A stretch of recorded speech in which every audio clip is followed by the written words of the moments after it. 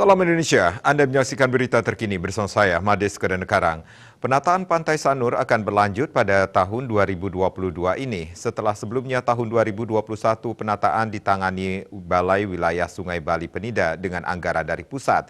Sedangkan tahun ini akan dilakukan dengan anggaran dari Pemkot Denpasar dengan nilai sekitar 28,8 miliar rupiah. Kabid Tata Bangunan Dinas PUPR Denpasar, Agus Sudarmo mengatakan, saat ini pihaknya masih sedang merampungkan dokumen lelang. Dikatakan pengerjaan penataan tahun ini sepanjang 5,8 km yang terbentang dari Pantai Sanur sampai Pantai Mertesari. Pada tahap pertama besaran anggaran yang digunakan mencapai 9 miliar rupiah dan tuntas pada 31 Desember 2021. Panjang pengerjaan untuk tahap 1 yakni 4 km, sedangkan pengerjaan total sepanjang 5,8 km. Namun ada kendala terkait penataan ini, di mana ada salah satu kawasan di Semawang yang tidak mendapatkan izin. Hal ini lantaran lokasi di kawasan tersebut sudah disertifikat hingga ke pantai. Selain itu ada juga lahan duaan salah satu pura di sana. Masalah ini sedang dikoordinasikan dengan pihak pengempon pura.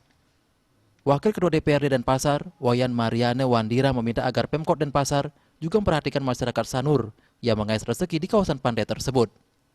Apalagi menurut Wandira, banyak masyarakat yang sudah puluhan tahun mengandalkan penghasilan dari sana.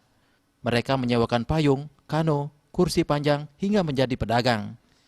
Pihaknya juga meminta agar pemerintah memikirkan terkait penambahan jukung milik nelayan, sehingga semua pihak mendapat manfaat dari penataan ini. Jangan sampai pantai tertata, tapi masyarakat merana. Asmara Putra Bali Pos melaporkan.